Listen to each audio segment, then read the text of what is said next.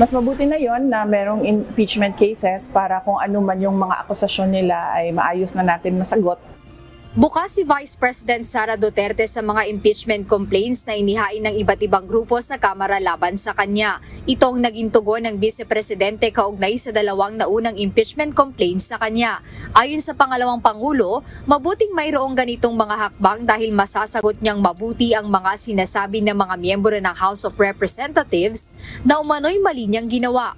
Mas nakatuon na rin sa kanya ang magiging investigasyon at hindi na madadamay pa ang sinumang empleyado ng Office of the Vice President maging sa Department of Education noon. Mas mabuti na rin yon na merong impeachment dahil doon sa impeachment ako lang yung hinahabol ng mga members of the House of Representatives. Hindi na nila tiniterrorize yung mga kasamahan ko sa Office of the Vice President. Kasama sa grounds ng impeachment complaints, ang kinukwestyong paggamit ng confidential funds ng kanyang tanggapan at DepEd, maging ang umano'y pagbabanta ng Vice Presidente kay Pangulong Ferdinand Marcos Jr., First Lady Liza Marcos at House Speaker Martin Romualdez.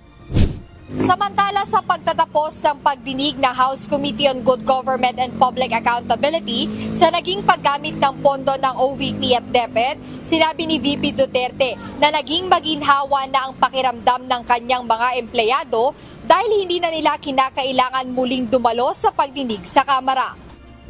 Hindi naman direktang sinabi ng pangalawang Pangulo na hindi siya dadalong personal sa investigasyon ng National Bureau of Investigation, ngunit binanggit nito ang ilang opsyon na maaari niyang gawin.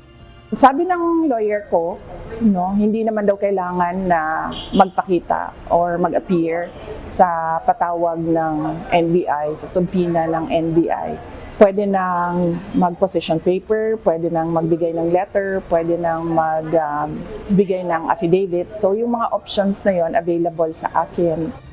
Bukas ay mayroong nakaschedule na Thanksgiving activity ang kanyang tanggapan. Pagkatapos nito ay kinakailangan naman niyang makabalik sa Davao City para dumalo sa libing ng kanyang tiyuhin.